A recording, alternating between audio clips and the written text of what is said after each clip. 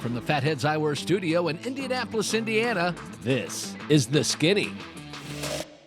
Maybe I need to start in the trash truck business. Don't rule it out. But the steering is spokes on the wheel straight ahead. The steering's broken. Bridges takes the wheel and he goes, whoa, whoa. He's airborne, and then I'm above him. Inverted. All at the same time. Yeah, you're just like, wow, that's a wild picture. He gets behind the race car and he tells me if I'm good or not, and if I'm good, he'll go, perfect. I hang up on the guy. I go, who's this? This is Deion Sanders. I go, yeah, nice try. See you later. Bounce and then this insane roll. That thing sent it. I hate qualifying. It's the worst. It's literally the worst thing you could ever do. But I'm smooth and creamy like milk chocolate. Have you ever not saw a Hershey bar that did not look good? Hi, I'm Tony Stewart. I'm Mario Andretti. I'm Johnny Rutherford. I'm Angel Sampe. This is Antron Brown.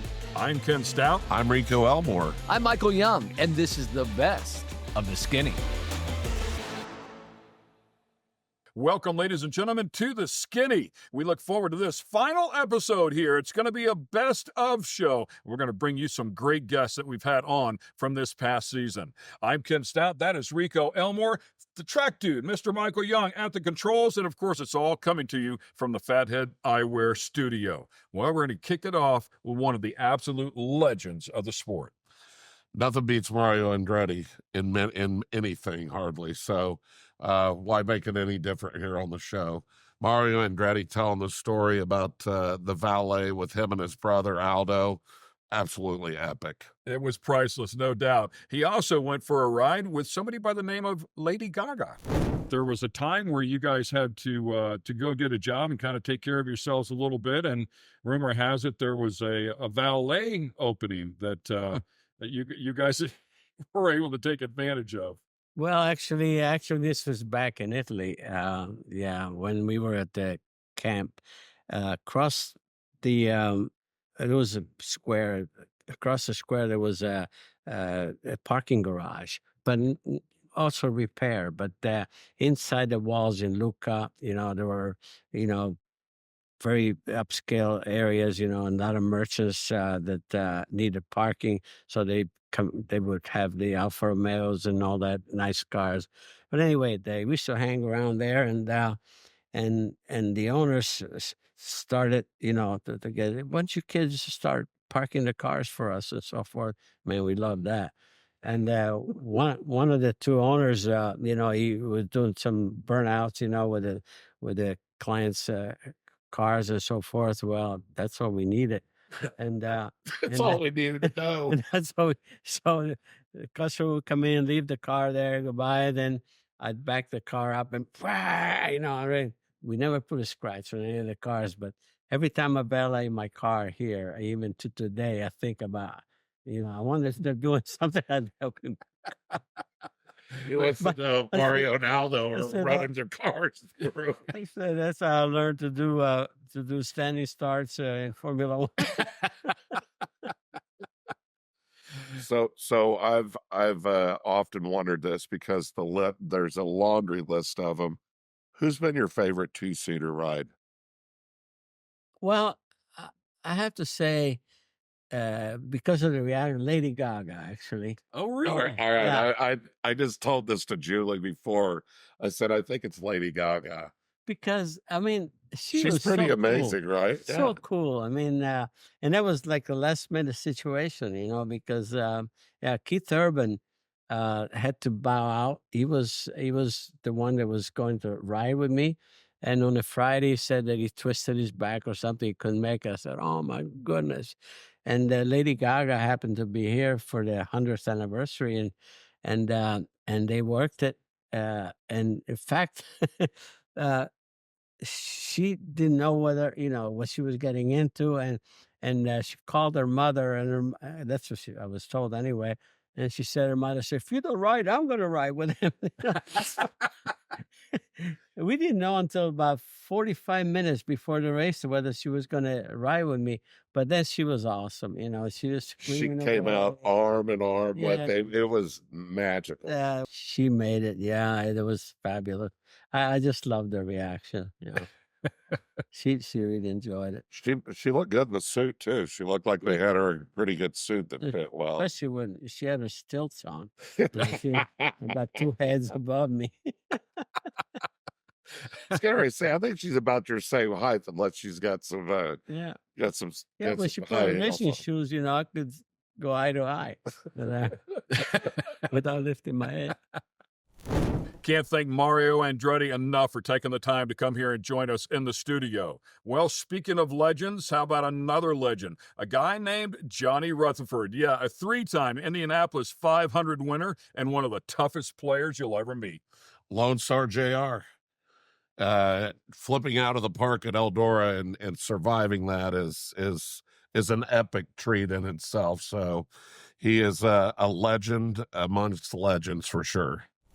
Anyway, I had a, open face helmet with the flip shield on it, and it was getting a little mud, a little dirt on it. So I just flipped it back.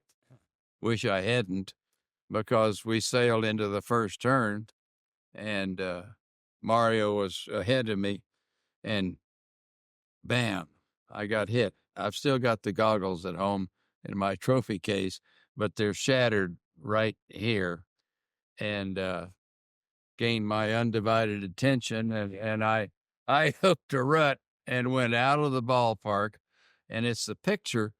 Tony Stewart told me that's the most famous picture that was ever made at Eldora, and I'm way up in the air. The car hit the guardrail and bounced and went way up in the air, and my arms are stretched out. I'm just like this out of the car, and crashed and came down on the windshield and broke both arms and little fingers. Anyway, the next day Betty got a newspaper and it had that picture in it, and the sports writer captioned it, "Rutherford waves to the crowd and leaves the racetrack." Wow. Wow. One of the best autographs in the IndyCar series, by far, Lone Star Jr. Yeah, absolutely. And he did sign the wall. We have a very impressive wall that everybody signs when they come onto the show. We're off and running. Stay with us. Plenty more to go here from the Skinny. And somebody said, why did they blur out the thumbs up? I thought that was the universal thank you. The Skinny is brought to you by Fatheads Eyewear. Fatheads Eyewear, hardcore since '04. And American Coach. Innovation is our life force. Welcome back to the Skinny. This is the Best of show, and we had some wonderful guests on here through 2024, including a very fiery Santino Ferrucci. He is wound up. Yeah, to say the least. And he the only friend that he makes is winning, and that's about as far as it goes. But he definitely brought us back on in a big way, and I think he's got an opportunity in broadcasting. Hey, race fans, welcome back to the Skinny. I'm Santino Ferrucci. We're here with our hosts who aren't so skinny, but it's okay. We love them anyway. Hey, look, they let me do it back. Come on, I had to do it. Hey, Michael, were you okay on that? Because he didn't do the full countdown. He went 3-2, and he forgot that last one. He didn't do any of it like I told him to do it, but it doesn't matter because that's probably been the best line I've seen thus far this season. Right, the best That's the best welcome back this show's ever had. Correct. Right there. Why is it the smallest fellas that come in here? Him and Kat's talking about how big a fat being Stout are. Dude, it's just wrong. What's going on with that? I did not use that word. Okay, I'll use it. It's me. Yeah, it's not incorrect, unfortunately. Yeah. By the way, you can't see him. We'll have him in the next segment, but the boss is in the house here. So Larry Foyt has walked into the studio as well. We'll get him in here next segment. But man, let's go back out to the Speedway. Not necessarily for the 500, that race before, and there was communication, as they say, between you and Grosjean and Romain. You and Romain seem to be. So apparently they blurred it out on social media, and somebody said, why did they blur out the thumbs up? I thought that was the universal thank you. Everyone knows the universal thank you. I've seen so many sprint cars where they're going around each other with the arm hanging out back in the day. It's embarrassing that that's all we do. I mean, like, That's all we get, though. I mean, we're surrounded by an aero screen. I got small arms, man. Do you have any idea how hard I had to reach to get my hand outside the cockpit? It's so difficult. It really is. Was all that stuff happening directly in front of you? I'm sorry, but how do you, in what race sense do you have? You see a car wrecking in front of you, the car in front of you checking up. And what goes through your mind is to just keep it flat. See what are you doing? Dude, had he hit us and ruined our day, we would have pummeled him and his team.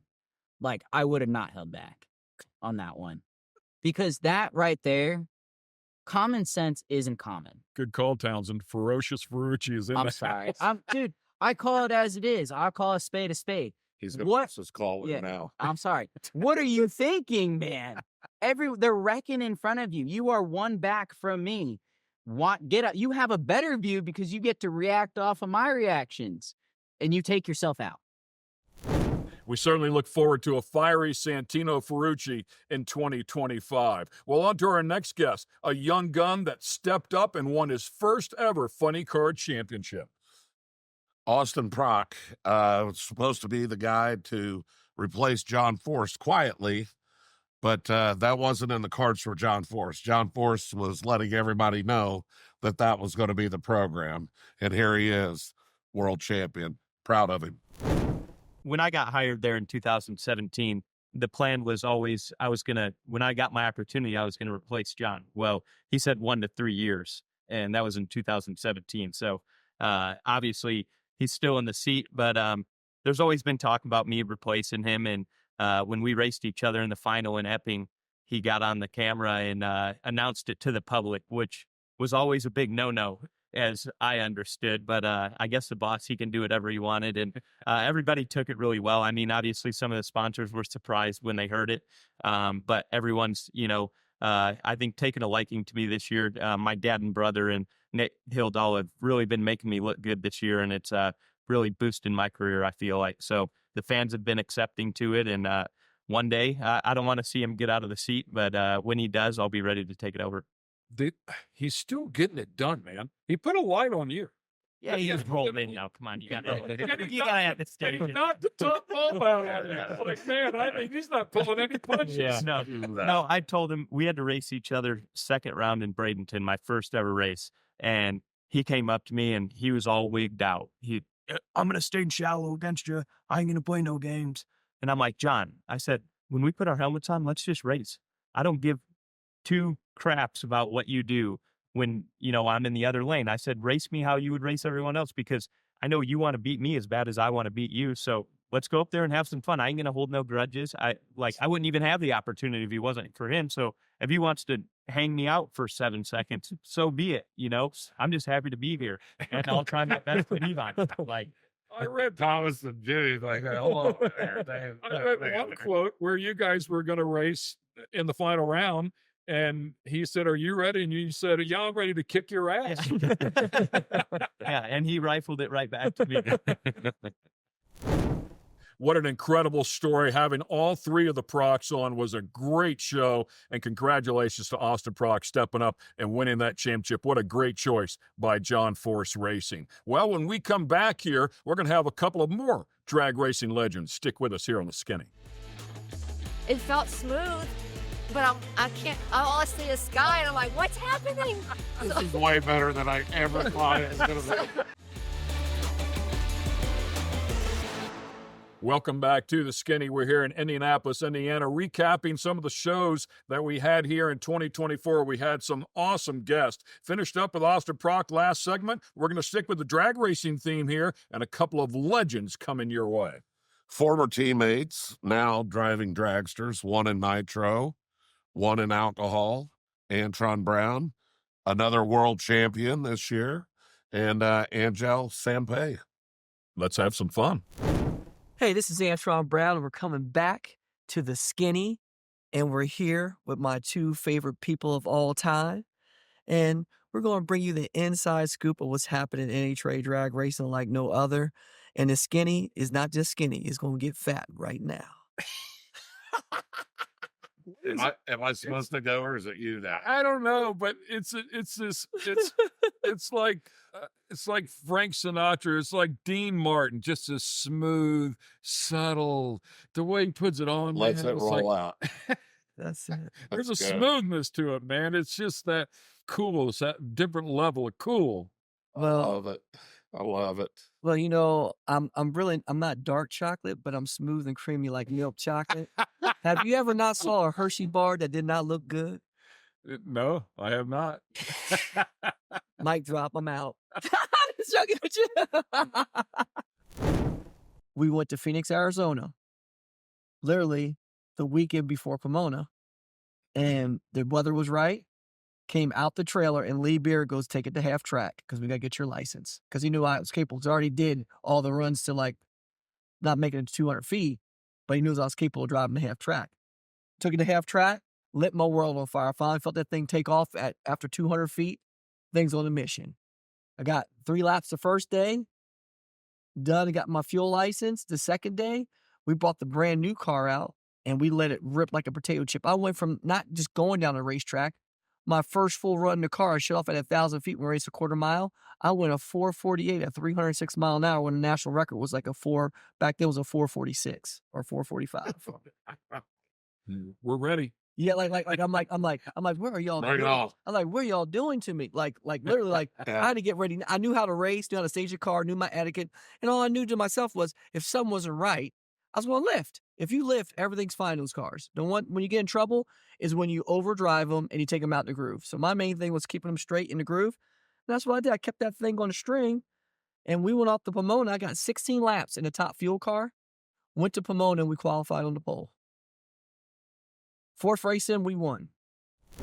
Antron is always awesome. We love having him on the show and have to extend congratulations to him as well, as Rico touched on, for winning the championship and top fuel this season with the NHRA. Incredible effort. Well, sticking with the drag racing theme, how about the fiery Angèle Sampé? As she talks to us about who she could beat and who she couldn't beat back in the day. But her taking on the boss and beating him, that's another story. You know, you've mentioned the name here a couple of times. I've got to ask you, what was it like the first time you lined up next to a Dave Schultz, a John Myers? So Dave, I could beat. He was very intimidating. I actually beat him at the 4th race I went to. My 4th race into my career. I was in the final round against Dave. I was number 1 qualifier, set the national ET record, and I had Dave in the final, and he red lit, and I won the race. John Myers, couldn't beat him. And it was all a mental thing. He was just, and it wasn't like I was scared of him or I just looked up to him so much. I loved him. He was an amazing human being. And I just thought he's just the greatest thing that's ever walked the face of the earth when it comes to pro style motorcycles. And I will never be able to beat him. And I really had a hard time doing it. I can't even remember if I ever did. And then, of course, there was Antron, who I think is also an amazing human being, but I could whip his ass with no problem. So, and I did a lot. Yeah. So every time I get on the start line against Antron. Only the final round. You mean the money round? Is that the one you're talking about? Yeah, the money round. So for some reason, I am the best racer I can be when Antron's in the other lane. So today, when we're pouring the seat, I'm in the new car that's being built. He gets in his current car and he looks over at me. He goes, I can't wait to whip that ass. So he's already playing like when we line up against each other, he can't wait to beat me. But he said a lot of people, when they first hit the throttle on one of those cars, it'll yank their foot off of the car. So they almost, double clutch it. Did that happen to you at all? Nope. I actually was pretty good. You smashed that thing down. I smashed it and then I went blind. And so I let off the gas. And then the second round, we went a little bit further and it did the same thing again. So I let off the gas. They did tell me that they were pretty proud of how fast, I felt it. And I was like, well, it's more than Phil, you can't see. I'm not staying on the accelerator when I can't see where I'm going. And since then I've had some pretty crazy things happen to me. So one run, I forgot to tighten up my chin strap. That was fun. Let me tell you how you feel the gas on that and your head flies up like this. And all I see is the sky. And once again, you couldn't see. And I'm like, I thought I was popping a wheelie. I thought the car was in the air because I didn't know what was going on. It felt smooth, but I can't, all I see is sky, and I'm like, what's happening? This is way better than I ever thought it was going to be. So I let off the throttle, and then I could see again, and I'm like, oh my gosh, I bet the car was in the air like that. And then so I started moving around, like, oh gosh, I forgot to tighten my chin strap. So that was the whole thing. So that has never happened again. I hope it never does. And then there was another time where it was starting to get cool outside, and my nervous breath happened, and I hit the throttle, and I'm going down the track, and I'm feeling so confident, and all of a sudden, whoo, I can't see. Fog. My visor fogged up, and I went completely blind at 230 miles per hour, and there is nothing you can do about it. Angelle is a fiery girl for sure. We always love to have her on the show. She's been on a couple of different times. So from a couple of drag racing legends to a girl that is looking to cut her teeth and make a name for herself in the top fuel ranks. Stay with us. They said it's not gonna wheelie, and when I have my helmet on, we're gonna start. They say it shouldn't wheelie. Yeah. Welcome back, ladies and gentlemen, to The Skinny. I'm Ken Stout. Rico Elmore is joining me here for the Best Of show. Of course, Michael Young controlling all the cameras here, having a lot of fun recapping some of the guests that we had on here. And some of the guests have come from Europe, some really talented racers as well, including Johnny Lindberg. We also had a couple of ladies. Our Julie Natus has joined us here, obviously coming here from Norway, and another Swede in Ida Zetterstrom. I'm very new to this. I've never done it before, but let's give it a shot. So like we built a bike, and my first class I run in bikes was actually a super street bike. So yeah, in Europe it's very different, because over here you have a lot more open track days. You have a lot more testing opportunities. We don't have that in Europe. So my first race on that bike was actually a European Championship event with 30,000 people in the grandstands, and you just sit there. And I remember, since I don't have any background racing bikes, I asked my team probably 20 times before we lined up. I said, it's not going to wheelie, right? And they said, no. And I was like, okay, that was the only thing I was concerned about. I said, it's not going to wheelie. And they said, it's not going to wheelie. And when I have my helmet on, we're going to start, they say, it shouldn't wheelie. Yeah. And I pulled a wheelie that was good. It was up on the point of, I have a photo of me with the, with the legs on the side, like seeing over like this, and you can see the full underneath of the bike. We're going to need that for this.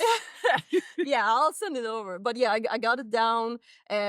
Definitely not, I got it down, but not as well as I have gotten my other wheel stands down, because that year, they call me the wheelie queen in the press, because we wheelied constantly everywhere all the time at any track. But the good thing about it was that I really got to learn how to control a wheelie, because it's an art to control a good wheelie, because you need to know, is this a power wheelie that is coming in and it's gonna come back down again, or is this a wheelie where it just wants to snap up? You're in the band and it's just going to keep ripping. Yeah, exactly. Yeah. And also when you let it down, you need to know, if you just let it down, you're going to hurt some stuff. You're going to hurt yourself. When you just let it down, you need to be able to catch it at the right moment where you can catch it and keep going. Because if you don't do it right, it's going to bounce and it's going to go up on another wheelie and you're going to lose the whole run, or it's going to come down way too hard. And for some reason, I hit my pinky in something, and my natural nail snaps off, from the beginning, down half of the nail comes off. First, it's blood everywhere. It hurts. And I take a little electrical tape, putting over it, to just keep it in place. That's like a Band-Aid. Duct tape. You got to go with the duct. But I'm an electrician, so I do electrical tape. So that's just it. Yeah. So basically, it didn't fall off. Half of the nail was still attached, but half of it was loose. So I put tape on it. But then when I went and did the nitro, I got nitro in it, and it hurt so bad, I was hurling on the back because I thought I was gonna puke, and sweat dripping. Nothing like putting nitric acid on a freshly opened wound. It's some nitromethane in there did not help. So I went to my crew chief and I said, pull this off. I could not. I tried myself, but it hurt too bad. The tape or the nail? The tape. But when he pulled the tape, I saw the nail fly like that, and it was no nail, nail gone. And yeah, it hurts so bad. You can see photos of me with fans, and I have my nail out like this on the side, or my finger, because I'm so she's so that's not etiquette. Yeah, she's so European. She never figure out. But it's I was so afraid to hit it in something. Yeah. And then the second thing came. You put your gloves on. And we have the undergloves, which you can put on quite easily, quite soft. But then you need to shove it into your other gloves so that it actually goes in the whole way. And first time when I tried to put my gloves on, I again felt, sweat breaking out, starting to feel like I want to hurl, like it was like bad. So I was so afraid that like, what if I, you put your helmet on, put your suit on, and the last thing you do is your gloves? What happens if what happens if you puke in your helmet when you have your glove on and you're about to run? So I had 2 helmets in my back of my car because I was like, if the worst happens and I have to puke because of my pain, I can have a second helmet. And Get the still other make the bucket run. out. Like- Do the other helmet. Yeah, it was a strange thing, but no, I didn't cry at least. But broken nail, I understand what people say now when broken nail hurts. Just like that was the whole nail came off, and that was not sweet. It hurt so bad. We wish Ida the best of luck moving forward with her career in 2025. Well, the big man sitting beside me, Mr. Rico Elmore, he knows a lot of people, and you never know who he's going to bring onto this show. But this season, he brought a big dog on. Non-racing guy, but full of energy, Scott Pollard. From being on Survivor to being a survivor to being on 3 NBA teams in one season to being a world champion in the NBA. Then I got the opportunity to get drafted by the Detroit Pistons in the first round, 19th pick, and wasn't a great fit. Kept working, got traded to Atlanta for Christian Laettner the next year, and then got cut by Atlanta. They never gave me a shot. I was sick for training camp. It was a short season. I got sick. But yeah, then I caught on with the Sacramento Kings, and that kind of cemented my time in the NBA. I was able to get into a system that worked for me. And I could go on, but that path of being on 3 teams in about a month. Oh, wow. That all was in the span of a month? Yeah. At the beginning of my second year, there was a lockout. And so the season didn't start till the spring of 99, like February of 99. So as soon as that lockout ended, I'm in Detroit working out. And I walk in to work out, and one of my teammates, Lindsey Hunter, looks at me and goes, "Hey, man, what are you doing here?" I go, what are you doing here? And he's like, "No, I was in the paper this morning. You got traded." That's how you found out. That's how I found out I got traded to And the people Atlanta think Hawks. getting fired by email is bad. Your teammate, and it was in the paper. Your teammate. He goes, "In the paper this morning, you got traded." So I go to the GM. He made me wait outside the office for an hour before he finally let me in. And he was like, "Look, it wasn't final. The guy in the paper guessed." I'm like, "Guessed? He guessed right that I was traded to Atlanta? He couldn't give me a little ringy ding and say, 'Hey, man, possibility that we're getting Christian Laettner up here for your bum ass. Maybe give me a little heads up.'" So I don't walk into practice like, "Hey guys, what's up?" And everybody's like, "Ha ha."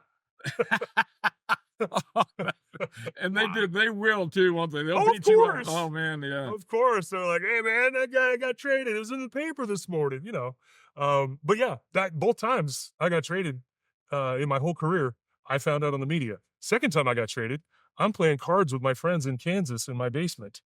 And we're just shooting the shit, playing cards, watching TV. We flip the channel to sports or whatever, which I usually don't do. And sure enough, 3-team deal. Sacramento Kings trade this guy. Indiana Pacers trade this guy. San Antonio trades this guy. And I go, "I'm going to Indiana?" No calls, no warning.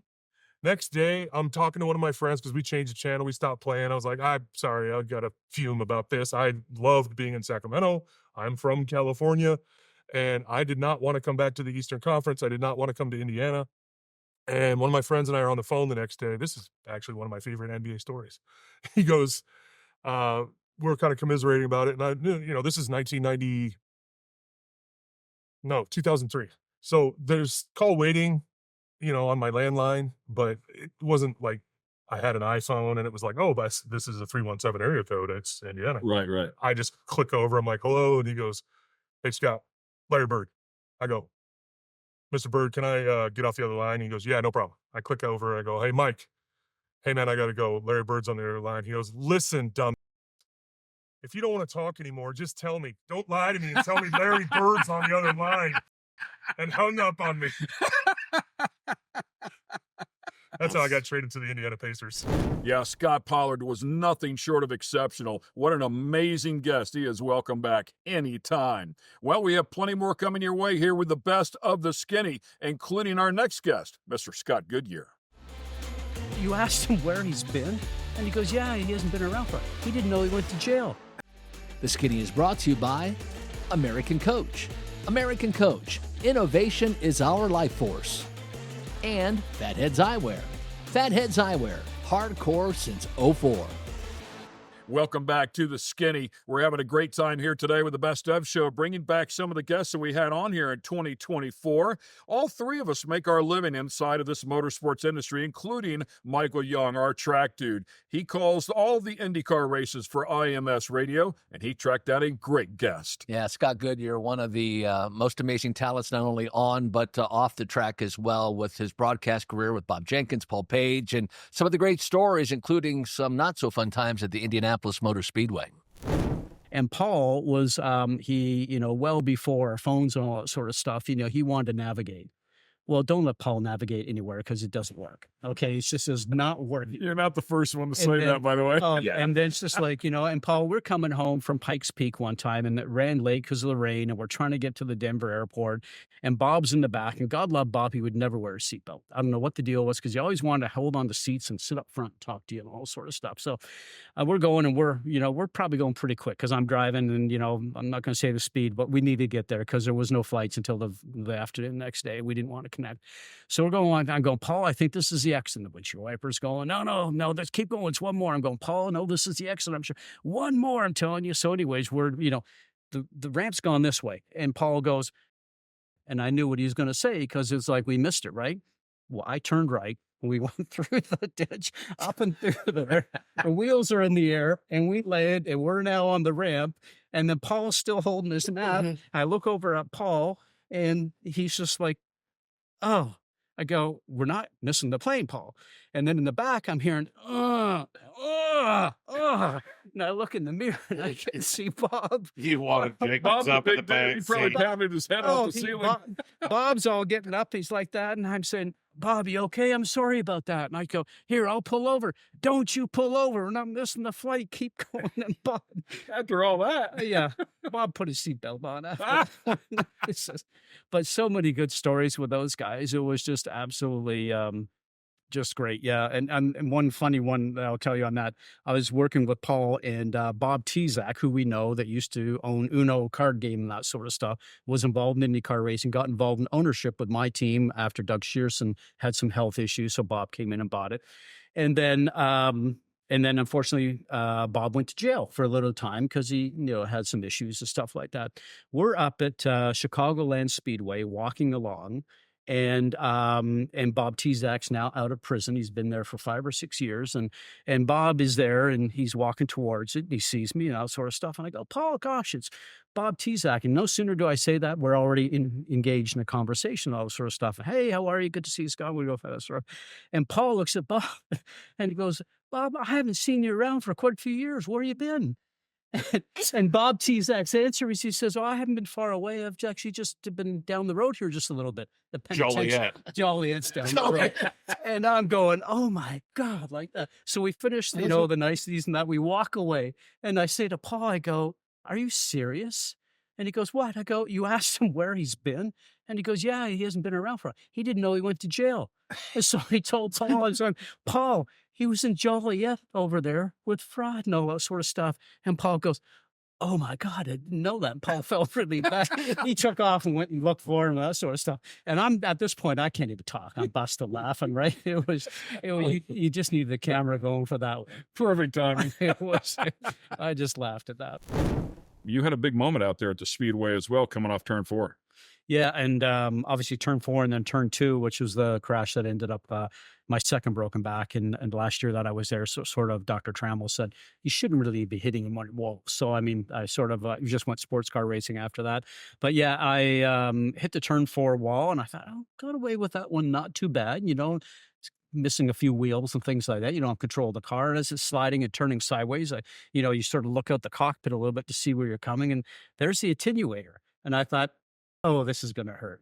And it did. And I got knocked out and sort of slid into the first couple of pit boxes there on the entrance to pit road. And I was driving the Budweiser Lola at that time. And then the first guy to the car, I didn't know it at the time, but the first guy to the car, my old team owner, Derek Walker.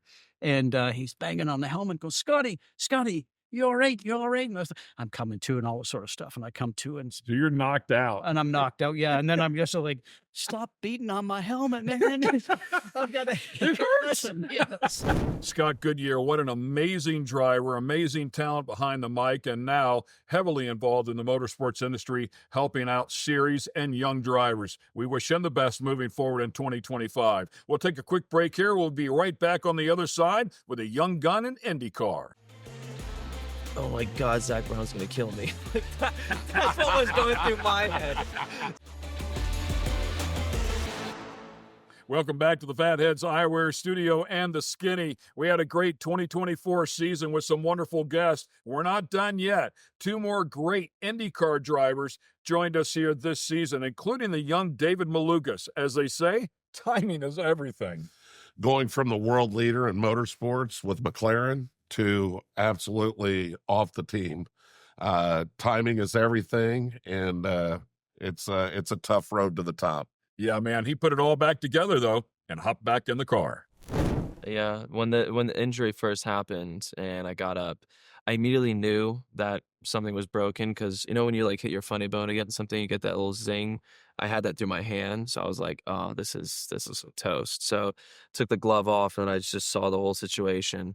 And a friend was there, my dad was there, and they're like, "Oh my God, like no, like, do we call the ambulance? What do we do?" Like they're like freaking out, and the entire time I'm like, "Oh my God, Zach Brown's gonna kill me."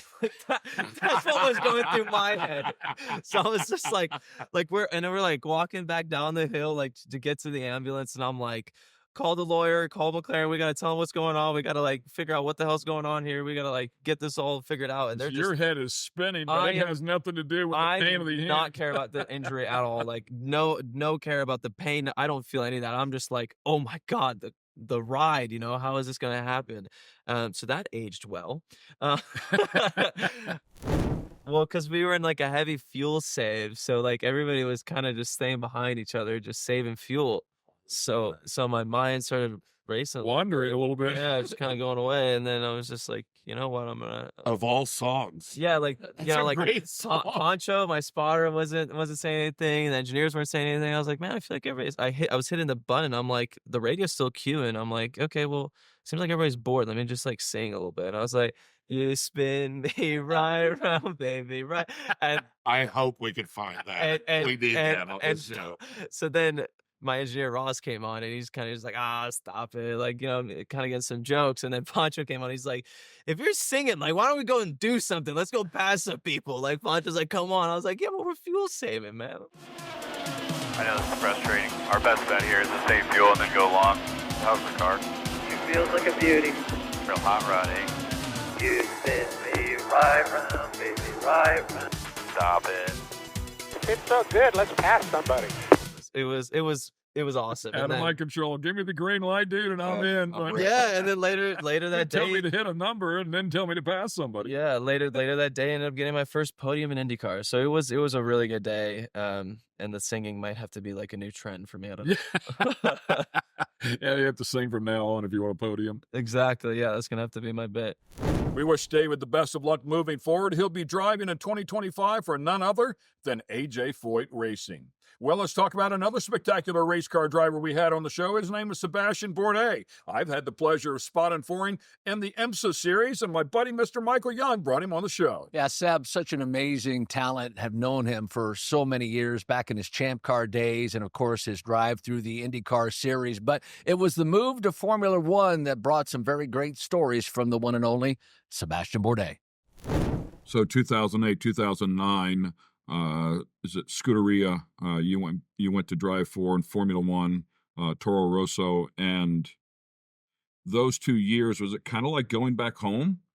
Those No. tracks after knowing them? It was like going to hell. Yeah, and it was a very, very tough experience. Obviously, you know, you spend your whole career hoping, trying to get to F1, and you make it a goal. And obviously, I got there on the heels of, you know, winning just about everything there was on the Champ Car side, and Yeah, you were being, fresh off of 4 back-to-back-to-back championships. yeah, and you know, obviously working with more than a family, more than a race team, and we had built such a tight group over there, and yeah, I arrived in F1, and initially they said they were looking for a leader and they needed direction and development and stuff, and then I arrived and Vettel was already signed up, and they really didn't need any of what they signed me for. They were not doing the development. The car was made by Red Bull Technology, who was making the car really for Red Bull Racing, who were using a Renault engine, we were using a Ferrari. So different installation, different weight distribution, different everything. And yeah, it just became very apparent super fast that I was going to be in trouble, because pretty much the car was the car. They were not in a position to make any development, good, bad, or indifferent, as far as my driving style, which is quite particular, and I don't do very well at driving any cars. And that's what they needed. They needed a guy that could jump in the car and, regardless of what the developments would do to the balance, just pull 100% out of whatever the car was that day. And that wasn't me.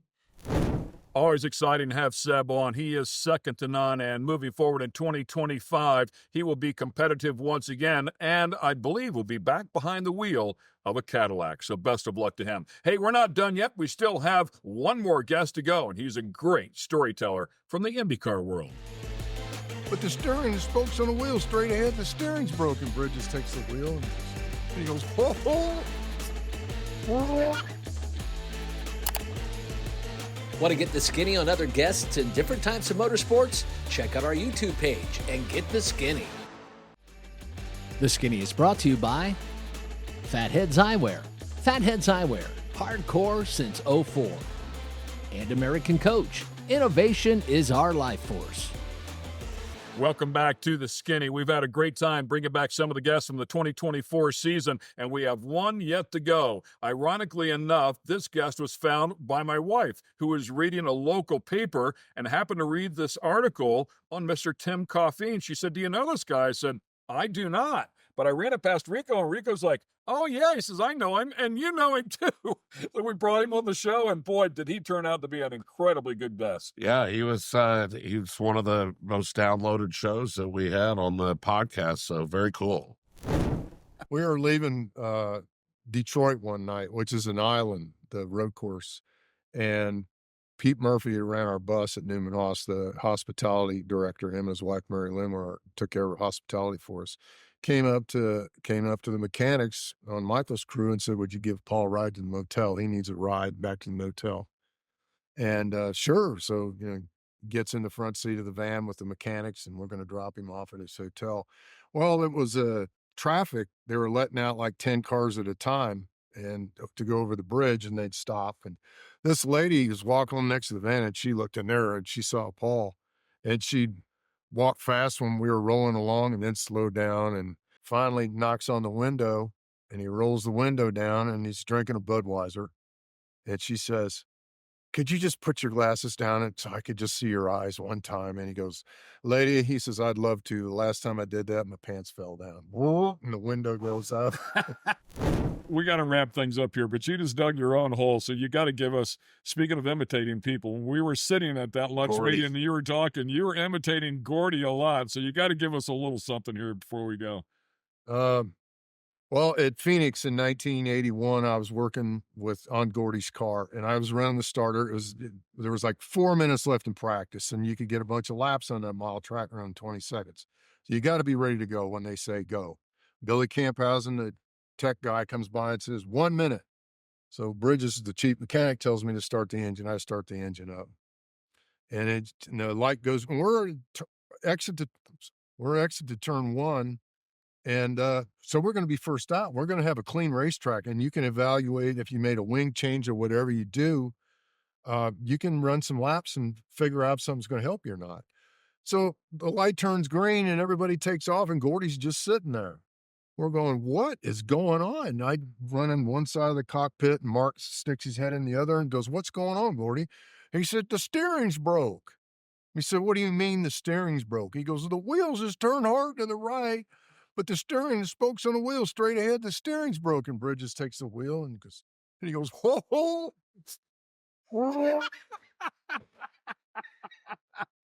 And that guy won 2 Indy 500s and a championship. It was a brilliant race car driver. That'll wrap things up here for 2024. What a great season, Michael. It certainly was. And I would say, even though that was our best of, we had plenty more best of that we weren't able to put in the show. And I'm looking forward to 25 with a new set and a lot more people that we're getting the skinny on. Yeah, stay with us. We look forward to bringing you some more wonderful guests and some great shows next season. So long.